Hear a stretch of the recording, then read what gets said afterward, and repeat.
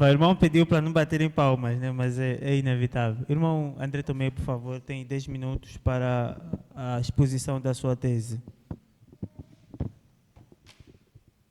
Graça e paz, irmãos. Conseguem me ouvir bem? Exato. Então, eu irei fazer a apresentação da minha tese inicial a respeito da graça irresistível. E ela resume-se no seguinte: a graça salvadora de Deus é absolutamente necessária para a salvação. Ela precede toda resposta humana e capacita o pecador a crer. Contudo, essa graça pode ser resistida pelo ser humano, conforme testemunham as Escrituras, a tradição cristã primitiva e a própria reflexão teológica em torno disso.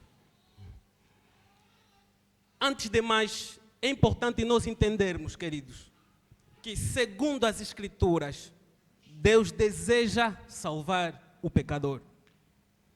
E não somente isso, Deus trabalha para que o pecador seja salvo. E o trabalho de Deus, ele é um trabalho gracioso que procede do seu amor.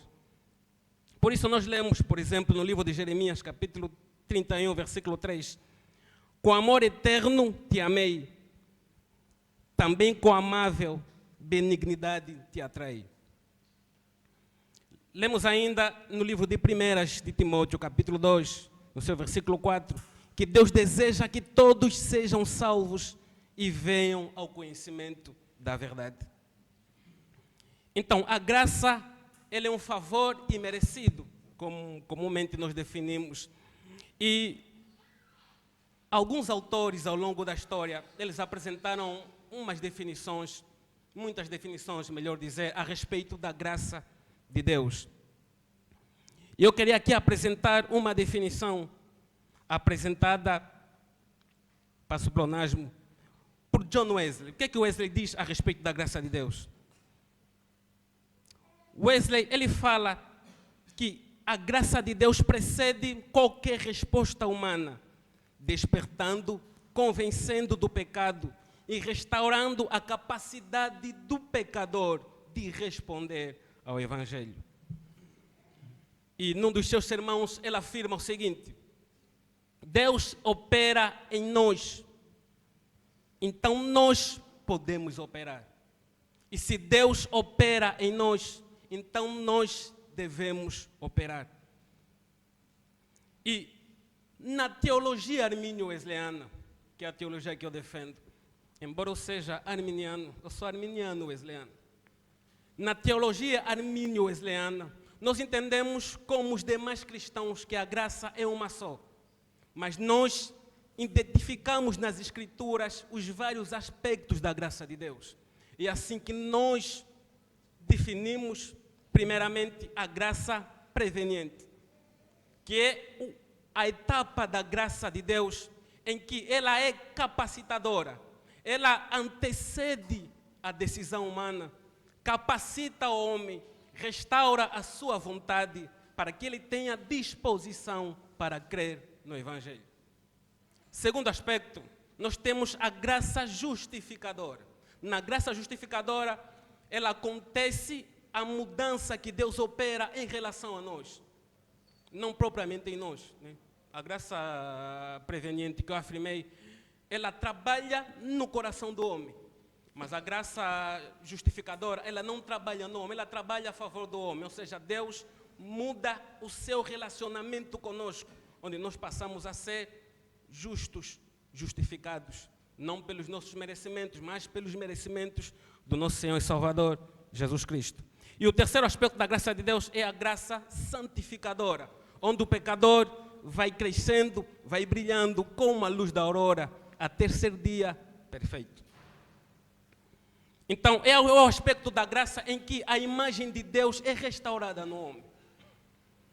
Agora, tendo apresentado esses três aspectos, nós devemos nos perguntar em que aspecto a graça de Deus é irresistível. Claro, a graça de Deus é resistida no primeiro aspecto, na graça preveniente, e também no último, né, na graça santificadora, mas nós vamos nos ater na graça preveniente.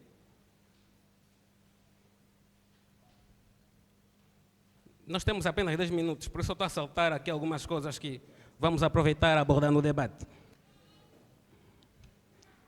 O que é graça resistível? Primeiramente, nós temos que entender que o amor de Deus é um amor relacional. A graça salvadora de Deus é uma graça relacional. Então, a graça resistível, na teologia arminiana, nós entendemos que o pecador, quando iluminado pelo poder de Deus, ele pode resistir à graça, pode resistir a Deus.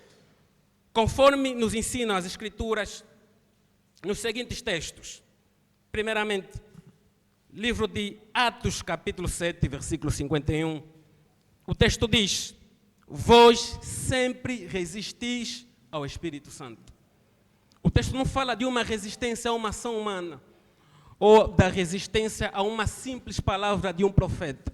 O texto fala que vós sempre resistis ao Espírito Santo. Mateus capítulo 23, versículo 37.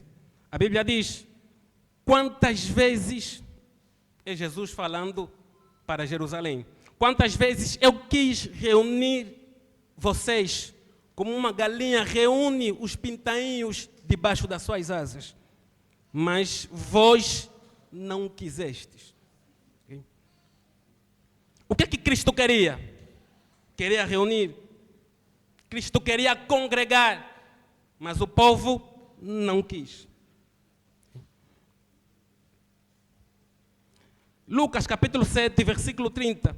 Nós vemos os fariseus a rejeitar o propósito de Deus para si mesmo. Novamente, não é um propósito humano. Não é um propósito secular. Trata-se de um propósito divino que Deus tinha para com eles, mas eles rejeitaram. Temos muitos textos aqui, mas vou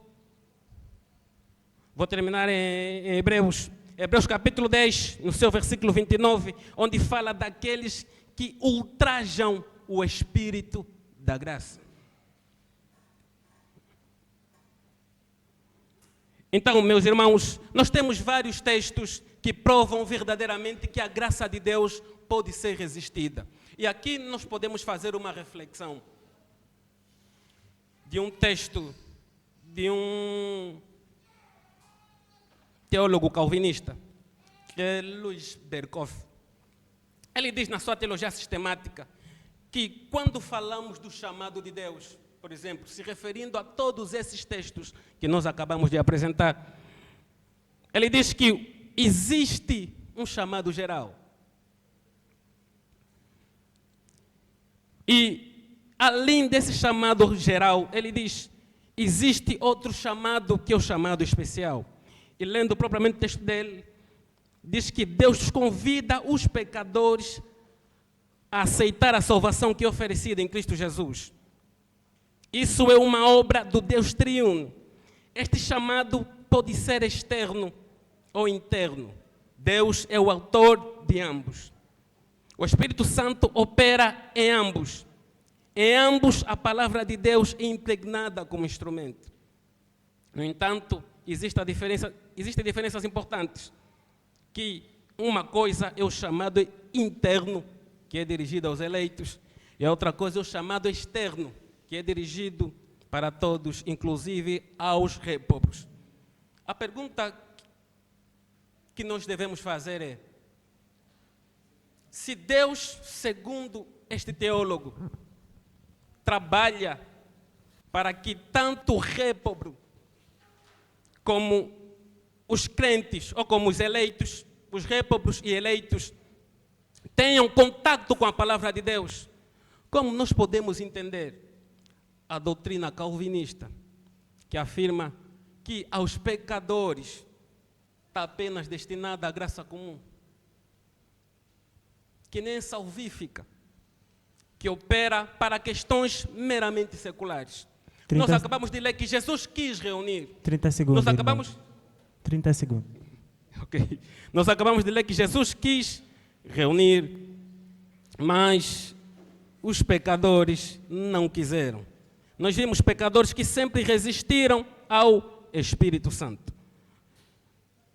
Mas, enfim, nós temos ainda aqui a própria reflexão teológica, que eu vou deixar para depois, e também os testemunhos dos pais da igreja, como Justino Marte, Irineu de Leão, Cristão Crisóstomo e muitos outros que falaram a respeito da graça irresistível. Como disse, vamos deixar para um momento de debate. Muito obrigado. Muito obrigado.